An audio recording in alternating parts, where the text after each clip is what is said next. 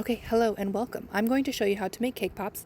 I did not come up with any of these recipes or any of these tips or any of these tricks. I just creeped a lot on different cake pop pages, okay? And this is what I found works best. Okay, so these are your necessary items. Any flavor cake mix, 3 eggs, sour cream, rolling pin, parchment paper, cake pop sticks, pan to bake the cake, of course, an oven, duh. Then if you want a package, you need bags similar to these, and then twist ties.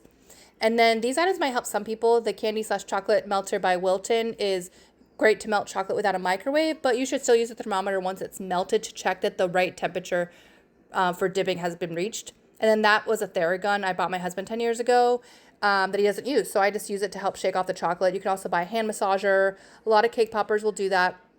I mean, I've even seen people use an electric toothbrush in a Ziploc bag and use that. Use what you have until you decide you want to keep with this hobby. So go ahead and make the cake according to the instructions with one exception. So put in your cup of water, your 3 eggs, and then instead of oil, you're going to do 1/3 cup of sour cream. And I also like to add a little bit of vanilla paste because vanilla paste, makes everything more delicious. Okay, so then butter your pan, put the cake in there, and then bake the cake according to the instructions. This is a glass pan, so it said 350 degrees, and I did it for 28 minutes. And then you're going to put the cake straight out of the oven into your mixer or your you could use a stand mixer or a handheld mixer. And then I did this on low speed. This is very sped up. And this took about 5 minutes to reach this like cake pop consistency, which is a very gummy like texture. So once you're done with that and you've reached this exact texture, like very gummy, like I said, then form it into a ball and wrap it in some, whatever that stuff is called, plastic wrap, okay? I'm sorry if you're not into, well, nobody's really into microplastics, right? But I guess you don't have to. You could also use an airtight container and then just wrap it up and you're going to let it come to room temperature. Or if you're going to do this for tomorrow, just put it in the refrigerator. Okay, so once your cake has cooled to room temperature or you take it out of your fridge and you let it cool to room temperature, go ahead and roll it out using your rolling pin. I'm using an adjustable one. You want it around 1/2 inch thick, okay? And if you don't have an adjustable rolling pin, find things around your house that are about 1/2 inch and then use those as guides. So then take off the parchment paper, and this is how you get a bubbled look. So you put the saran wrap over and then you punch through the saran wrap. Again, if you don't like microplastics, don't do this. I'm just showing you different, I'm using a cake pop one, I'm using a shot glass, and then a small cookie cutter. Like, get creative with your cake pop designs. You don't have to go buy all these cake pop cutters. And then I'm showing you, it is a little bit harder to cut them just using or not using the saran wrap. And I think you can kind of see how they're a little bit more, they have more of an edge to them. And I will also pick them up and show you the difference between like the bubbled look and then the regular look without the saran wrap. Is the difference between the circles cut with the saran wrap and without the saran wrap. You can see that the one on top has more of that sharper edge and the bubbles. And then here's the difference between the heart ones that have like the bubble look and then the more sharp look.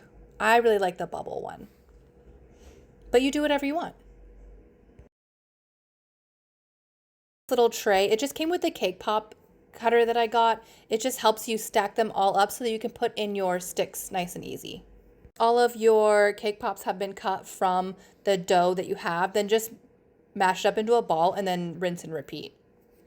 I am going to go ahead and put the sticks into these ones that I have. So if you're using the tray, just go ahead and insert until there is the resistance, which is obviously the other side. And then if you don't have the tray, that's fine. Then just put the sticks in, put your other hand onto the top of the cake pop. And then once you feel the stick go through, then you know when to stop. And obviously, if you push it too far, push it back in and just mold the cake around the top where you put the hole on accident. Don't pay attention, but my camera is very slowly falling, so I'm going to try to say this quickly. If you just want those classic cake balls like Starbucks, then just roll them into balls. For the classic cake ball shape, though, you do probably want a stand to put them in after you dip them in the chocolate, just so that you don't get that impression on the bottom of the cake ball. Also helps too to put your fingers on the front and back of the cake pop to make sure that the stick is not going like through the front or back and that it's like pretty even in the middle. Okay, so this is what we will be dipping our cake pops in. It's called almond bark, but it's really make your own almond bark. There's no almonds or nuts in it. It's just candy melts, really. Okay, so this almond bark that we're using, it does not behave like chocolate, so it's very user friendly and it melts very, very well. So I like to chop it up and then put it into a silicone or plastic container to put into the microwave. If you use glass, it still gets too hot and your chocolate might end up warping. So once your almond bark is in the microwave container, go ahead and microwave on 15-second increments in your microwave and then give it a nice little stir. For me, this took about 2 minutes total, maybe about a minute and a half. It melts very quickly. And then after you get to this consistency and everything has been melted, I like to add the second half of the almond bark. So it would be a quarter package that was already melted, and then I add another quarter. Chocolate has been melted, your candy melts. Then go ahead and check the temperature using a thermometer. It'll probably be anywhere between 100 and 120 degrees. And the perfect dipping temperature is about 97 degrees, give or take a couple, 2 to 3 degrees, okay? And you want to try to stay in that range. So if you need to microwave it a little bit longer and then take the temperature again, that's fine. But you really want that 97-ish degrees. Once your almond bark is about the right temperature, then go ahead and put it into a mug so it can kind of stay insulated and keep that temperature as long as possible.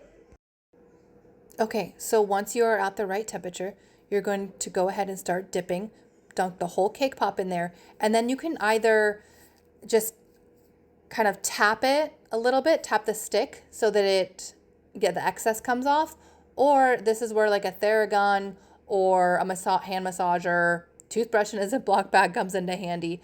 I think you'll be able to see me do it. Yep, it's just, if you have like a Theragun or something that's pretty powerful, then just put the Theragun in the opposite hand and then use the Theragun against your hand that's holding the cake pop so that it's not touching the stick directly because it's pretty powerful. You don't want it to fall off. So once you get all the excess chocolate off, whether you scrape it lightly against the cup or you use like a hand massager, then go ahead and put your sprinkles on pretty quickly because the candy melts, the chocolate does dry very fast. So I wouldn't do more than like maybe dip 2 or 3 and then put sprinkles on the 2 or 3.